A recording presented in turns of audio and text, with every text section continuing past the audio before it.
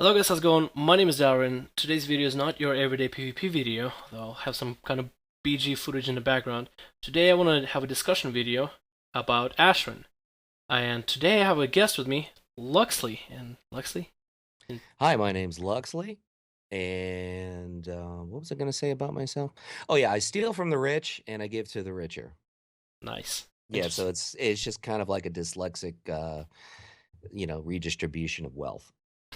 Luxley he's a guy like me on YouTube that plays World of Warcraft and trying to expand to other videos, does commentary, talks about the game, PvPs, and has really strong and I think great opinions about different topics. Today's topic is going to be Ashran and the removal of 200 conquest. This way, before we begin, Luxley, we want to say like your WoW experience, your PvP experience, when you start playing the game, just like cover the bases. Promote yourself here. Do we have an hour? We All right, could I'll try probably to edit one. condense it in as quickly as possible. No, I started playing right at the beginning of Lich King, and for 2 years I really didn't know what I was doing. Started to get involved with PvP. Well, I was always involved with PvP, but I was really bad at it, and I had no idea how to get good at it, and I still tried it. So when Kata came out, I was very excited about RBGs, and I got involved with that. And I guess my claim to fame, which is also kind of dubious, is that I reached 1800 on RBGs, knocking on the door in 1900 in 4 different classes. As far as arena, I've if you want to quit WoW, guys, get in touch with me because everybody that I find that has some skill or is reliable to show up ends up quitting WoW once they do arena with me. It's it's just uncanny. So I've kind of shied away from it, but I have started to get back into it. But I strongly prefer doing RBGs and BGs, and because that's I think the reaction time is a little bit slower, and the classes I play, predominantly Shadow Priest, it really fits in that realm or that medium very well. So I've played many different classes, with the exception of Shaman and Warrior. I mean, those are two I really haven't played much on a competitive level. But, no, I have a lot of passion for the game. Even in its current state, I still have passion for it, still play it, and I don't know what else I could say. That's plenty. On top of it, Luxley also makes videos. Most of his videos consist of commentaries, lots of food for thought, great videos. I've been watching him ever since I had, grew to 1,000 subscribers. So that's been, just to tell you guys in the video how long that's been for a while. So definitely check him out. All his Yeah, links in the we've description been below. we've been in touch for well over probably over a year and a half right now. Yeah, and I used your line. Thanks for playing. Before Yeah. say that real Thanks for quick. Just playing. there we go. It's so good. That's my line. Classic. Playing for thanks. Alrighty. So today's video and reason I have Luxy here is we're going to dissect Ashran. And the question is it failing? Recently Blizzard in patch 6.2 on July 24th, patch 6.2. I think 0 at the moment. Yeah, 0. They're removing the conquest vendors. Oh no, they're removing the 200 conquest from Ashran. They're allowing conquest vendors to sell the non-set specific gear, so the gear versatility, extra multi-strike, extra crit, the kind of stuff that like a Death Knight or a Warrior would invest into. And the Oh, question, definitely. That's preferred for PvP, yeah, from most classes, absolutely. like a Subtlety Rogue would do the same thing. The question I guess is, with the removal of 200 conquest cap from Ashran, is Ashran dead, or is it Yes, dying, or is it useless? dead. Dead, Dead. dead. Looking for an Undertaker dead. Fair enough. I guess the question behind it is, lots of people would say that, hey, they stuck the 200 conquest cap from Ashran alone to force people into Ashran, because they're thinking, like, we don't really like going to Ashran. So they thought, lots of people have complained the idea behind, like, oh, Blizzard's forcing you, because they're forcing you to get a 200x conquest. While 200 doesn't sound a lot, over weeks, it really does accumulate. After 5 weeks, you have 1,000 extra. You get your weapons slightly quicker, you get your gear slightly ahead of the curve of everybody else, and that's what people didn't like. They thought you should be free to go to Ashran to farm whatever you need, or just peace out of there or do your own thing if you don't feel like doing Ashran. And so, do you really think it's gonna be dead? Like nobody's gonna go? I mean, I know Alliance is not really gonna go there, but Well, I mean, the players that are going to go, I mean, it's probably the quickest and best experience to gear up a new tune, yeah, especially if you're stealth, like a druid or a rogue. I mean, it's a great thing to do. You can get around, you don't have to worry about getting ganked, et cetera, et cetera. So that will still have its place, but as we progress on in the patch, less and less people are going to be gearing up. When Blizzard first introduced Ashran, I was one of those people that didn't like the idea. I was just kind of like, no. But I kind of felt it was somehow going to be the worst of Wintergrasp and the worst of Tolbarad wrapped up into one. But they made a promise. They said old school AV. And when you say that, PvPers just get excited. It's like someone saying, hey, buddy, I'm going to hook you up with Jennifer Lawrence. And when they actually deliver it, it's not Jennifer Lawrence, it's Janet Reno. Now, if you don't know who Janet Reno is, you could Google it. And yeah, I guarantee you'll laugh because I think I hit the point on the head. Whether or not Asheran is good is someone's preference or someone's, what it is they like, dislike. But the fact of the matter is, it's really not what people expected. And I have to admit, I one of the classes that I geared through there recently was Rogue. Hmm. And like I said, I think it's a lot easier for like a rogue or a druid, two classes with stealth, to make their way around there. If you're not stealth, you don't have that, oh my God, what am I going to do to get out of shit? Like, oh, there's a group of horde. What am I going to do? Group of alliance. What am I going to do? Yeah, there's nothing you have to stand there and take it. And if you're a horde, I mean, if you're a rogue or you're a druid, you could avoid some of that, probably the majority of that. So I could see as a rogue or a druid, as somebody with stealth, that to get your way around there, I could see it as an asset. I could see it as being very fun. But for straight up melee classes or straight up casters or healer, I don't know if it's as fun. I mean, do you think that that's a reasonable point? Yeah, I agree. It's just the way I played Rogue, I never really been the stealth guy. I usually am the guy leading Ashram groups. I'm the guy up ahead, I'm playing combat, blade flurry, cleaving everything I can. Because like, as much as I would like to say play stealth class, I definitely see benefit of it. It's just my experience have been completely different from what majority of players has been. Uh, Right. I mean, yours, you primarily play a combat rogue, yeah. which is a stand in your face kind of rogue. So it's a little bit different. I think if you took all the rogues in a room, I think the majority of them would be one of the other two specs, just simply because it's two versus one. Yeah. So I think, and the same thing with druids. I mean, even whether you're a balanced druid, resto druid, guardian druid, or feral druid, I mean, the bottom line is you can walk around stealth. Hmm. If you're a night elf, you don't even add shadow meld, add a combat stealth. Hmm. Problem solved.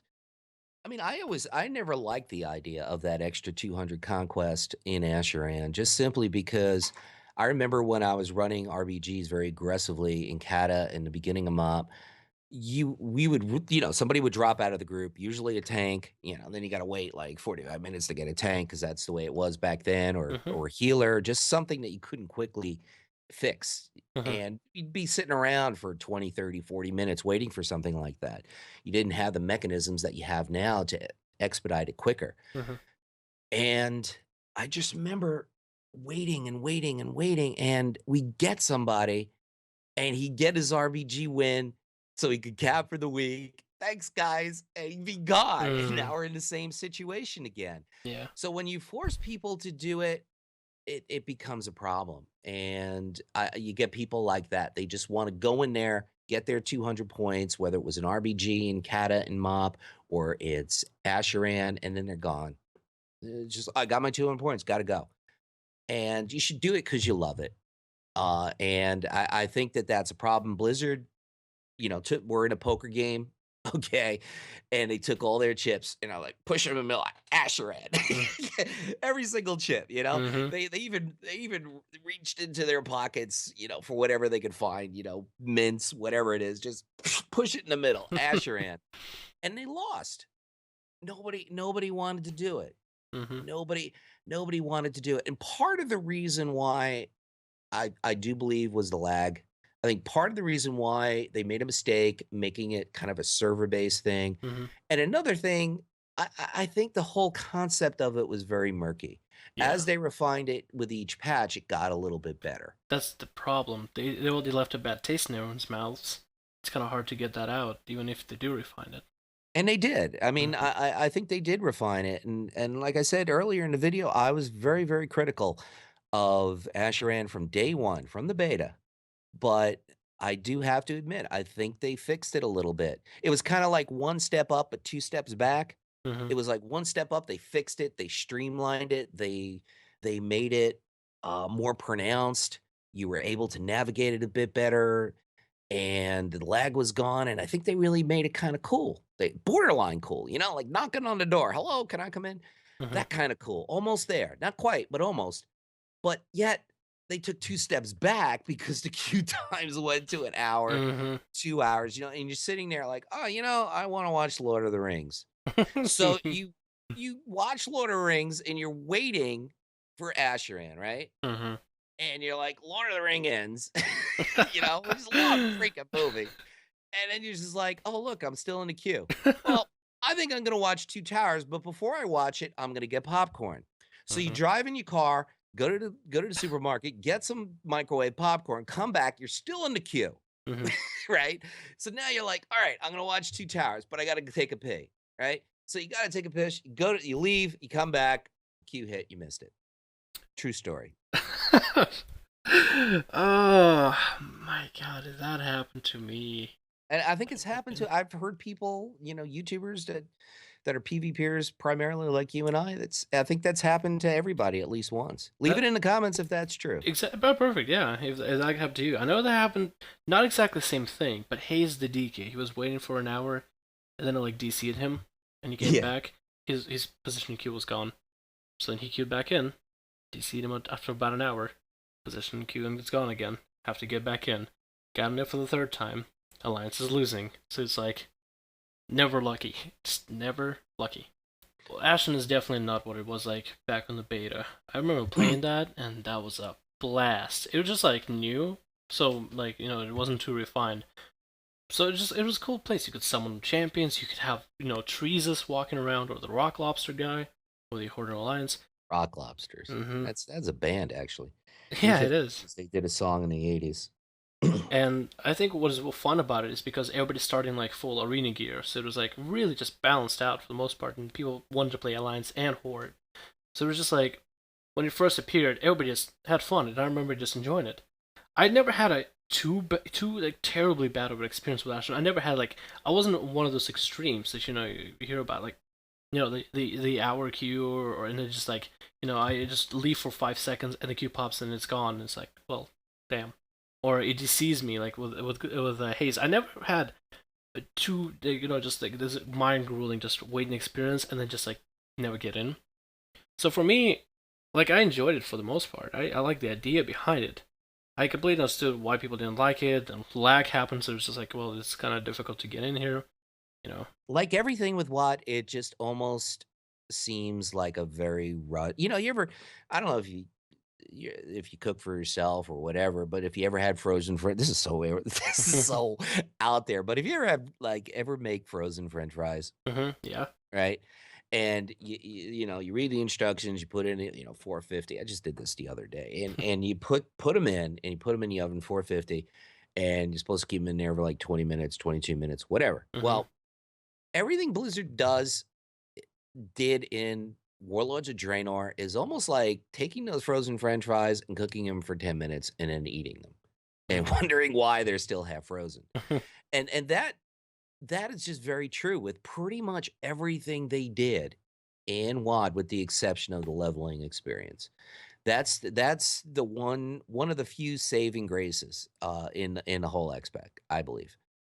Along with the lore, I mean, if you have that ability to suspend your belief and believe in leprechauns for about 5 minutes, Hmm. you can kind of buy into the lore. And World of Warcraft players, fans are usually fans of shows like Game of Thrones or Star Trek or Lord of the Rings or Star Wars. I almost guarantee someone falls into that Oh, definitely. mix one way or another. I happen to like all of them, all the above, Hmm.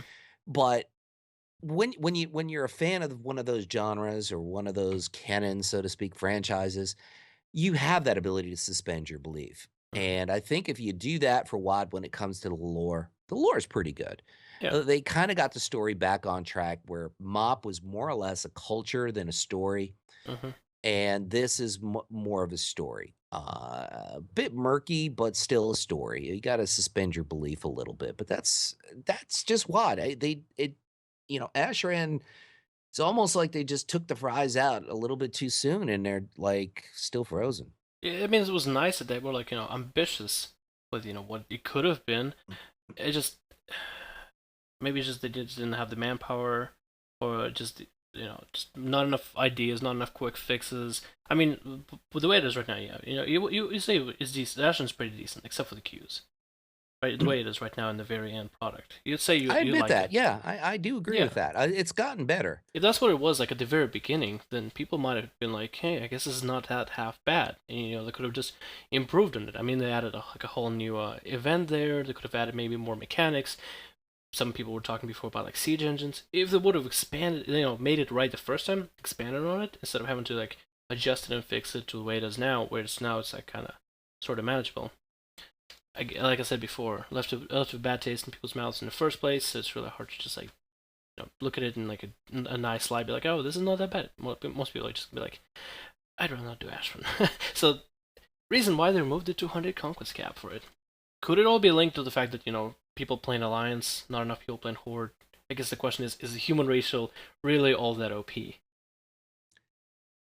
That's a very good question. And I think it comes down to perception versus reality. And it's the perception that that is the OP racial in the game. Is it the reality? Maybe, maybe not. I think it largely depends on your class. Well, I'm gonna give you an example. Mm-hmm. And maybe our viewers can catch up on their sleep if they hate history. But I think it's a great example. World War II. The French, or should I say, at the end of World War One, the French were terrified that the Germans were going to invade their country again. So what they did in the late 20s, early 30s, mid 30s, they went on this. They had this policy called the Maginot Line, which essentially was these huge defense bunkers with massive superpowered cannons manned every couple of miles or so. I mean, it was a huge project. It spanned 200 miles of this long wall bunkers and cannons, et cetera, et cetera. Really put it up there as a deterrence to the Germans. We all know what happened in World War II. France got their ass kicked. Sorry, French people, but they got their ass kicked. That's just history. Why? Because Hitler and his Blitzkrieg went through Belgium. They completely avoided those cannons. Now, at the end of World War II, the Americans went to those cannons and they tested them out on Panzer tanks. And they were able to take out a tank with one shot from a considerable distance. Hitler would have failed completely. His Blitzkrieg would have been a blitz fail. He would have never gotten close. My point is, bigger damage isn't always better. And unfortunately, that's the perception of everybody in WoW. But the reality is, no. Proper planning and strategy will always beat out big damage. What's the point of having a DK on your team if he's CC'd 24/7 and completely taken out of the equation? Or just whatever, the best geared class, best geared player, OP class, whatever it is. Mm-hmm. If you take out that player, that's strategy. That's proper planning. Road blind, followed by a poly, followed by a cyclone. He did nothing for 16 seconds easily. Mm-hmm. That's my point. And unfortunately, a lot of people on WoW, it's like it's all about the damage. It's all about the damage. No, it isn't. I play a Shadow Priest as a main. Okay. I have a Mm-hmm. human Shadow Priest and I have a Night Elf Shadow Priest. The human Shadow Priest does do probably, like you said, around anywhere between 10 and 15% more damage. Mm-hmm. The Night Elf has that Shadow Meld.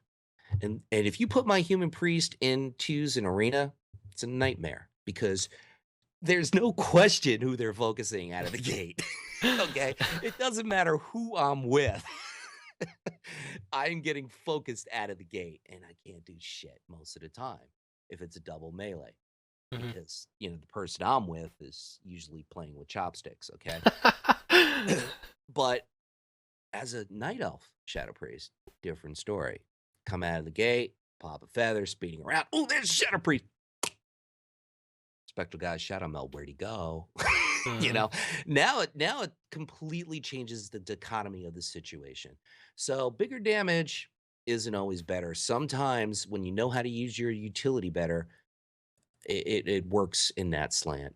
But regardless of whether you're going to follow perception or you're going to follow reality, the fact is people often choose, put a check in perception. And the perception is every man for himself is overpowered. If I noticed that there was a stat in a video I did where it showed the preferential races for PvP. Mm-hmm. Humans came in at 43%, which and the second most played class in PvP were night elves at 18, and third was undead at about 9. That's Mm-hmm. huge. Yeah. That's just absolutely huge. And why is that? Because of that racial. And it's more perception than reality. Another thing that I did want to bring up, yeah, it's that probably I feel like they should just start considering WoW more of a PvP based game than PvE. There's a lot of PvE elements. I do want to agree with you on that. Another thing that came up while we were talking about Ashran, like how it got a bunch of PvE elements into it and kind of to get PvEers on board with it.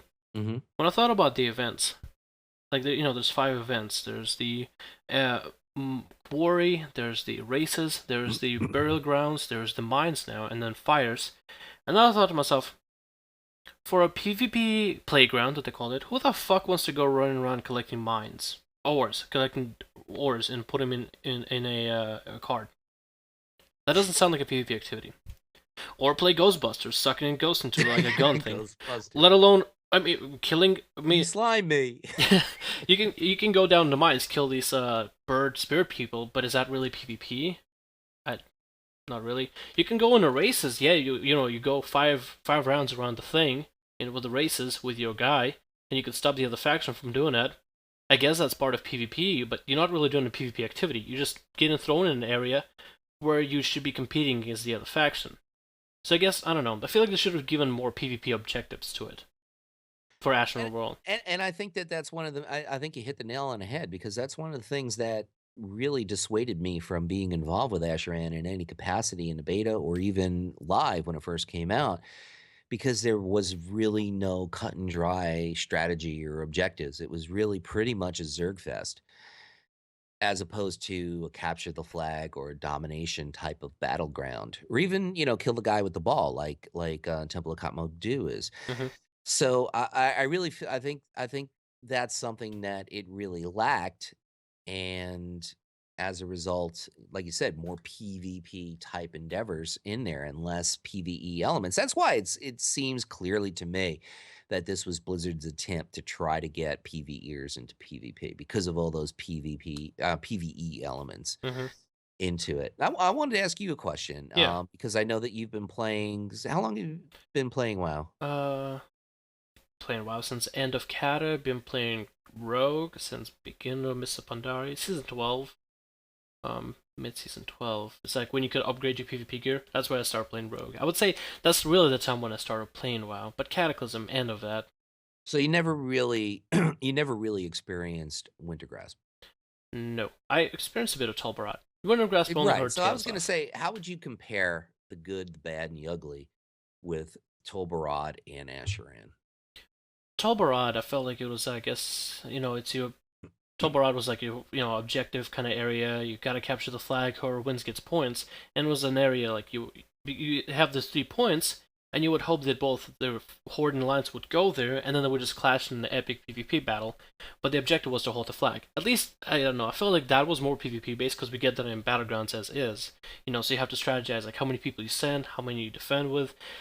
Lag kind of ruined it a bit, and all you can get there is honor points. So like conquest wasn't really that neat. For Ashran, they pretty much did the same thing, where they would just put an objective, hoping that the blue and the red would clash together. But the things you were doing in there weren't really PvP based, or didn't feel PvP based. And unless like Tolbarad, hold an objective felt kind of PvP based. Wintergrasp though, I only saw the things, and that's the things I only could dream Ashran could have been.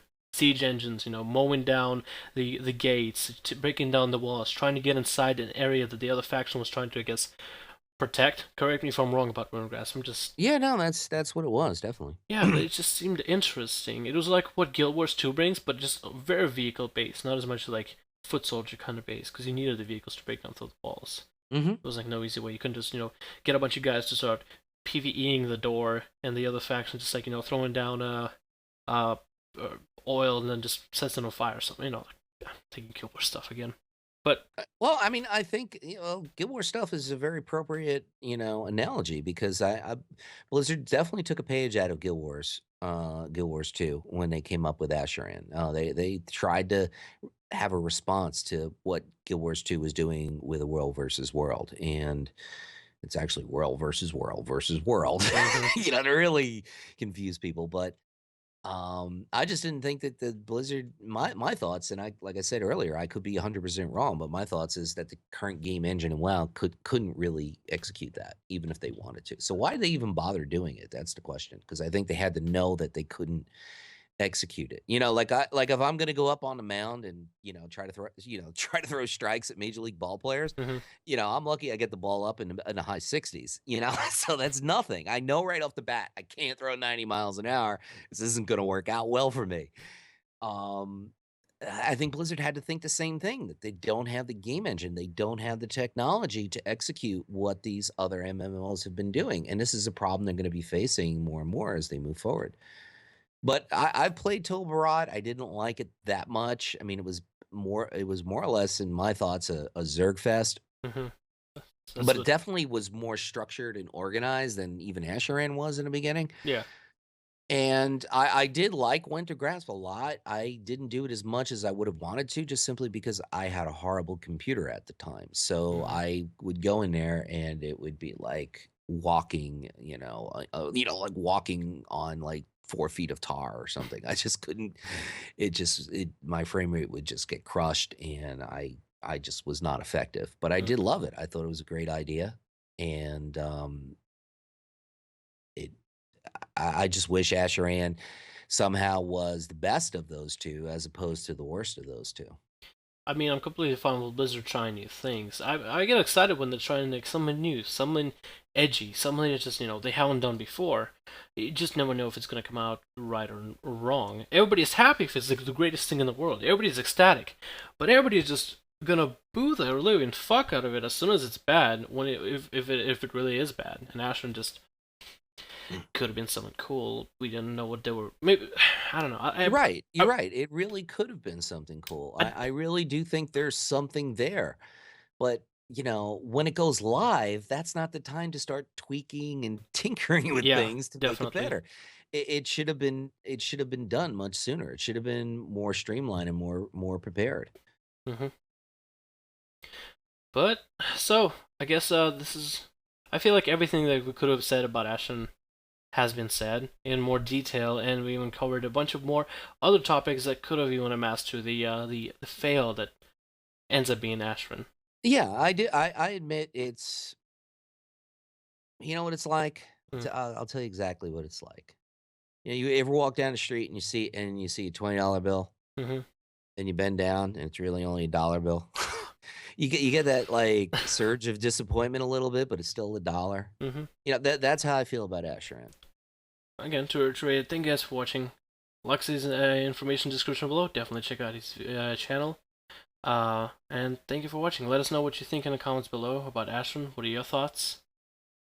And I think we should have Lux sign off with his catchphrase. I think that'd be appropriate. Thanks for watching. In this case, sir, thanks for playing. I love listening to that. I love hearing that every time, dude. They hate me for that, though. I don't know why. I get all these hate comments, man.